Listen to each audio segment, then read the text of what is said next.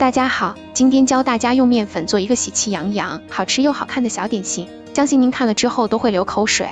首先准备290克的温水，往水中加入4颗酵母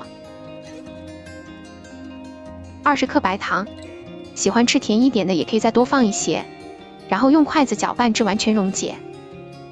再准备一个大碗，在碗中加入500克普通面粉，把刚才溶解好的酵母水少量多次的加进来，边加边搅拌。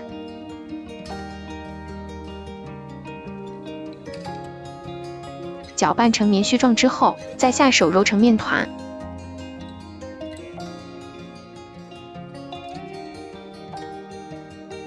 接着在揉面垫撒上一些干面粉，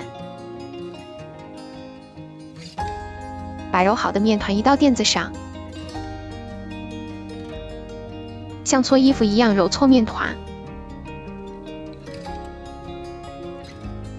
要尽量多揉一会儿，给它揉搓光滑。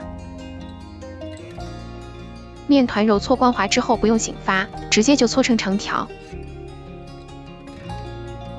然后给它切成大小均匀的面剂子。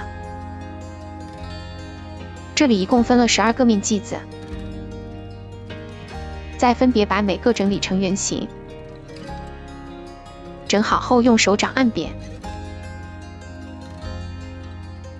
再用擀面杖擀成圆形。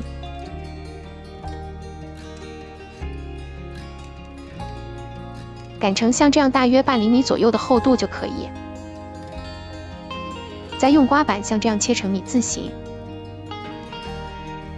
切好之后，把每一张小面片叠起来。朋友们，视频都看到这了，请用您发财的小手给我点个赞呗，您的支持就是我最大的动力，非常的感谢。用筷子在中间用力的按压一下，再拿起来放在手掌上转上几圈。像这样旋转拧至上劲后，从顶部按压下去，再放上1颗红枣，把红枣用力的按压进去，最后再放在垫子上稍微整理一下，像这样一个生坯就做好了。全部处理好之后，直接放在铺好硅胶垫的蒸屉上，起锅，锅内倒入适量的清水，把蒸屉移到锅中，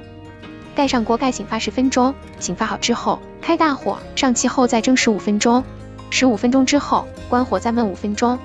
时间到了，打开锅盖看一下，一阵红枣的香甜味扑鼻而来，非常漂亮的红枣花卷就做好了，特别的蓬松暄软，一层一层的，一次性发酵，简单又省事。喜欢的朋友赶紧试试吧，记得点赞收藏，感谢您的支持，我们下期再见。